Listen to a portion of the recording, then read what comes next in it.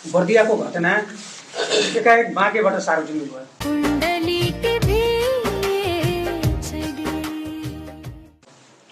भनेपछि हाम्रो सुरक्षा संयन्त्र कहाँ रहेछ, हामी सुरक्षा कमजोरी भयो कि त्यो बारेमा चाहिँ एकदम राम्रो क्वेसन गर्नुभयो। किनभने अब हामीलाई पनि डाउट लाग्छ कि हामीले घटना घटेको 24 घण्टा पछाडिसम्म फोन सम्पर्क गर्दा पनि जिल्ला प्रहरी कार्यालय बर्दियाबाट हामीलाई उसको मृत्यु गोली लागेर हो भनेर भन्न सक्नु भएन। त्यो कुरा एकैछिन म जोड्दैछु होइन, तर त्यही न्युज दाङबाट सम्प्रेषण हुँदा तपाईँको नामै राखेर त्यो सम्प्रेषण भयो भने पनि हामीले देख्यौँ होइन। र अर्को कुरा चाहिँ बाँकेबाट सूचना चाहिँ चुइँदाखेरि गोली नै लागेको भनेर चुइयो भनेपछि एकातिर कस्तो भयो भन्दा हाम्रो सुरक्षा संयन्त्र पनि कमजोर देखियो त्यहाँनिर। अब प्रहरी कार्यालयदेखि, इलाका प्रहरी कार्यालयदेखि धेरै टाढा छैन भन्नुभएको छ सरले आउने प्रस्तुतिकरणमा पनि। सशस्त्र प्रहरीदेखि झनै नजिक छ। हामीले सुनेको चाहिँ अपुष्ट समाचार चाहिँ बिहान 8 बजेको घटना भन्ने सुन्यौँ। यहाँबाट बाँके पुगेर सञ्जीवनी मेडिकल कलेजको सुरक्षा गार्डले फोन गरेपछि मात्र प्रहरीले थाहा हुने अलिकति सुरक्षा एकैछिन नै प्रहरीले त्यहाँ बस्ने प्रहरीले फोन गर्नुभयो भनेपछि त सुरक्षामा अलिकति गम्भीर चुनौती पनि त देखेको हो त सर। यो तपाईँले भनेको क्वेसन एकदमै जायज हो, किनकि अब हाम्रो प्रहरी कार्यालय र सशस्त्र प्रहरी युनिटको नजिकै एउटा गोली फायर भएको आवाज चाहिँ त्यो कसरी सुनिएन, कसरी लुकाइयो भन्ने कुरा पनि एउटा गम्भीर प्रश्न हो। त्यसको अलावा के भएको छ भने उसले एउटा एम्बुलेन्सको युज गरेको छ, तर एम्बुलेन्समा बिरामी लैसकेपछि इमर्जेन्सीको बिरामी भनेर सबैले त्यो घटनालाई लुकाउने प्रयास गरेको हुँदा र हस्पिटलमा गइसकेपछि बल्ल हाम्रो त्यहाँ सुरक्षाकर्मीले चाहिँ त्यसलाई देखरेख गर्नु पायो। पहिला त बिरामीको हिसाबले उसलाई एम्बुलेन्समा हालेर लिएर गइया छ, त्यो वरिपरिको समाजको पनि त दायित्व हुन्थ्यो होला। अब प्रहरी त्यही उसको हाम्रो थरो रेस्टुरेन्टमा नबस्दा त्यही बसेर नसुनेको भए पनि वरिपरिले यहाँ गोली पड्काएको थियो भने अरूले पनि जानकारी दिनु पर्थ्यो होला। त्यसमा चाहिँ सबै पक्षको कमजोरी नै छ। प्रहरीको कमजोरी छ कि छैन? प्रहरी त आफ्नो नजिकै भएको गोली पडेको आवाज सुनेन भने उसको कमजोरी त अवश्य नै भइहाल्यो।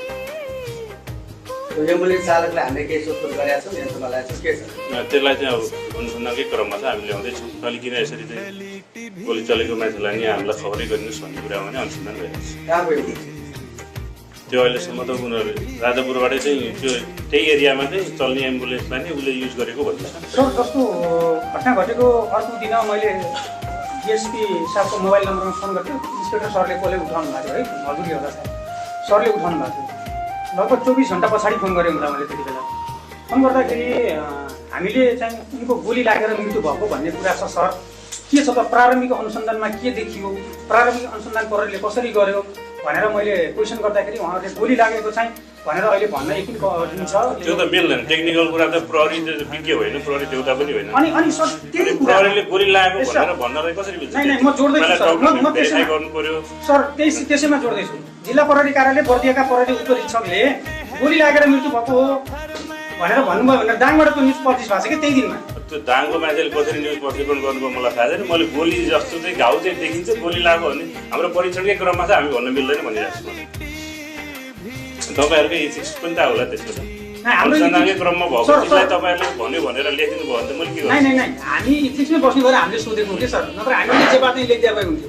अनि यसो हो हजुर, के हुन्छ भनेपछि खासमा भन्ने भने त अहिले पनि गोली नि होइन हो भने त्यहीबाट हो भनेको त्यो ब्यालिस्टिकको परीक्षण नगरिकन हामीले भन्नु मिल्दैन होइन। हो भने त अहिले त के भएको छ भनेपछि जुन घटनास्थलबाट जो खोला भेटेको छ नि गोली लागे जस्तो देखिनु त्यो कारणलाई आधार मानेर यो हुन सक्छ है। त्यसको पनि के छ भने KF 7.65 mm होइन, जुन दुईटा खोका जुन के अरे पिस्तलसँग बरामद भएका दुईटा जुन के अरे ऊ छन् गोली, त्यसको र अनि मैले घटनास्थलबाट जुन हामीले बरामद गरेका छु त्यसबाट एउटै देखिएन, किनकि ब्यालिस्टिकको लागि जान्छ।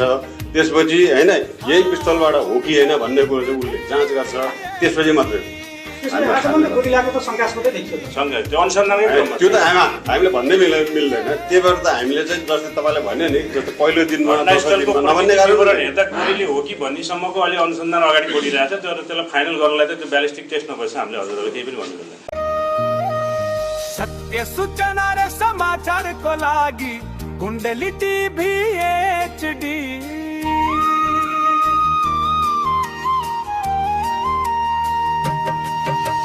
सत्य सूचना र समाचारको लागि कुण्डली टिभी HD।